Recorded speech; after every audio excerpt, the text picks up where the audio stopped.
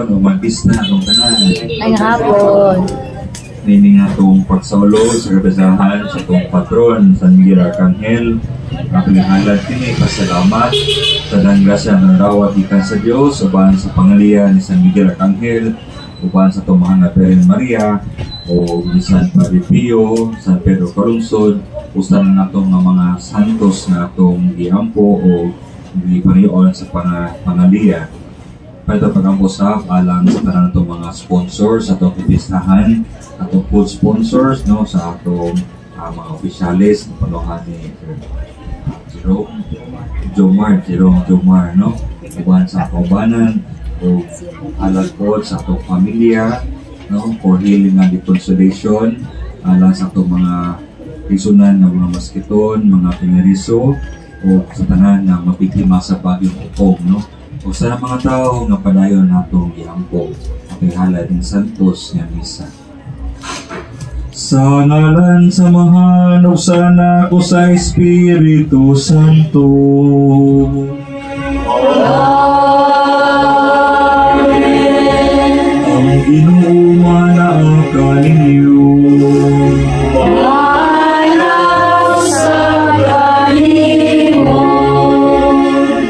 Soon, mainos kita sa atong mga sala, aromandang kita pagsaulog ng Santos nga misa.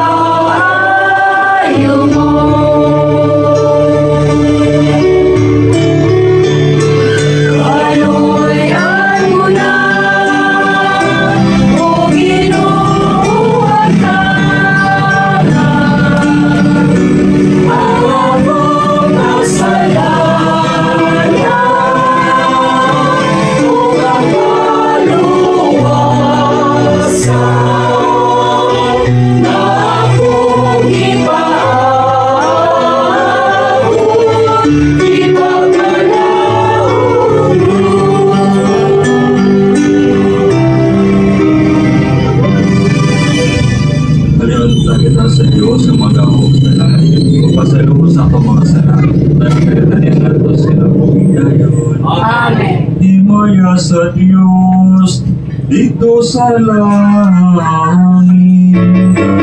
Ukadaw sa iyang mga tao din sa yuta.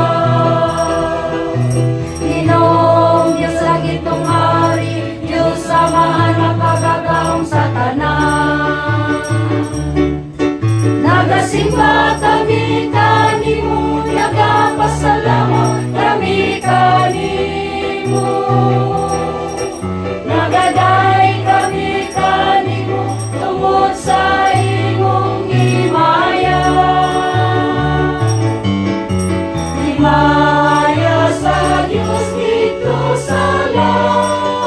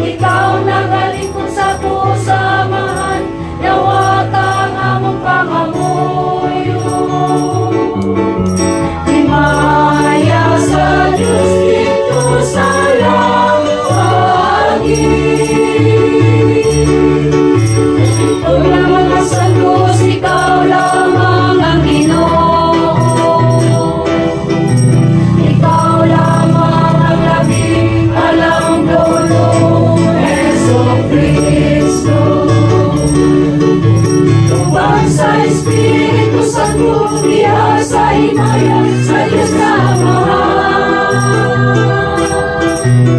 Amen, amen.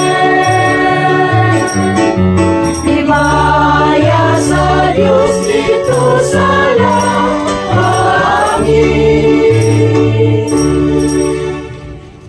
Magampo kita. O Diyos, sa katinglahang paagi, imong giyahan ang bulahaton sa mga anghel o sa mga tao. Itugol ang among kinabuhi din sa yuta, kapanilipdan unta, ilang sa walay hunong, nagasugod o nangalagad kanin mo diya sa langit. Kinamong ipangayo, pinagi sa mong Ginoo sa Kristo imong anak, nabuyog hari o ban kanin mo sa Espiritu Santo, Diyos Santo, sa Turan.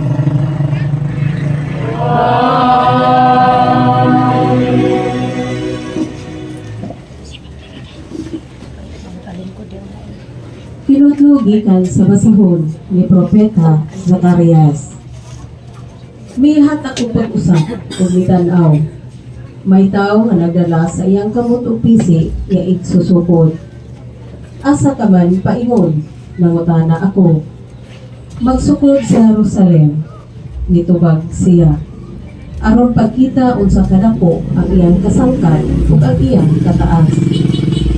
Unya ang anghel nga nakigsulti kanako miuna, ug laing anghel migula aron pagsugat kaniya ug giingnan siya.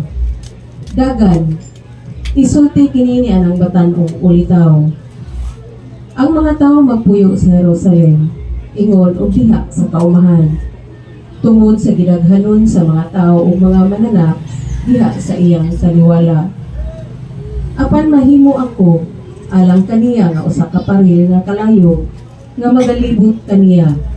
Nag-ingon ang Ginoo, ug ako maong himaya diha sa iyang taliwala. Pag-awit o pagsabiya o anak nga babae sa Sion. Tan-awa, nagaabot ako aron magpuyo sa iyong taliwala. Nag-ingon ang Ginoo. Daghang mga nasod mutipon sa Ginoo ni anang adlaw. Ang pulong sa Ginoo. Salamat sa Diyos.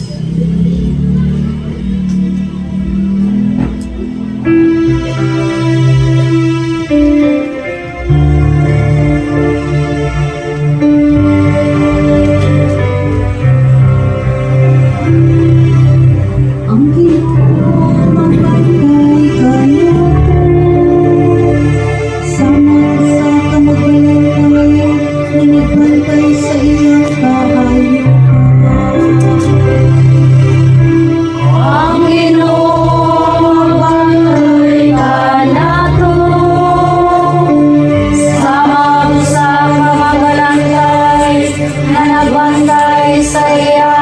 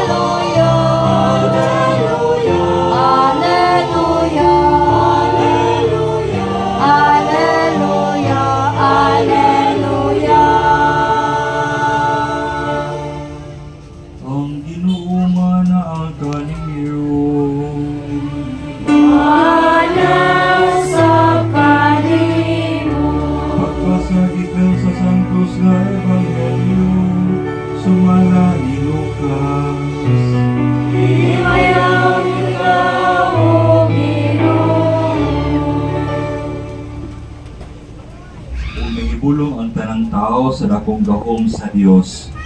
Samtang natingala pa ang mga tao at tanang nga gibuhat ni Jesus, mingon siya sa iyang mga tinunan, ayaw kamo kalibot, ayaw kamo kalimot sa akong isulti kaninyo karon. Ang anak sa tao itukyan ngadto sa gahom sa mga tao. Apan wala sila makasabot sa kahulugan nini. Ililong kini kanila ang dili sila makasabot nini.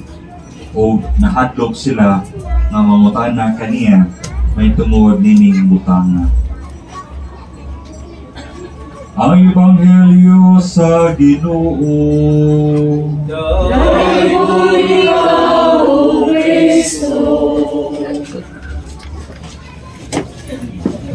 May pista na itong tanan.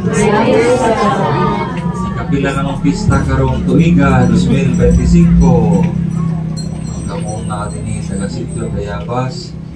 Kapila na maron Jumar. Kapila na ng pista.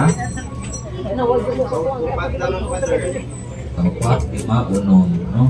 So ikaupat na panungod ni San Miguel Arcangel. Kinsa may dili taga dinhi isang kamot. Apil ang pare nga nasa, no? Dito taga dinhi, no? Kita may mamista ani, mamakal sa ani, no? Kita mga kinsunan usani sa mga, no? Ipasidunggan na Santos or Arcangel, no?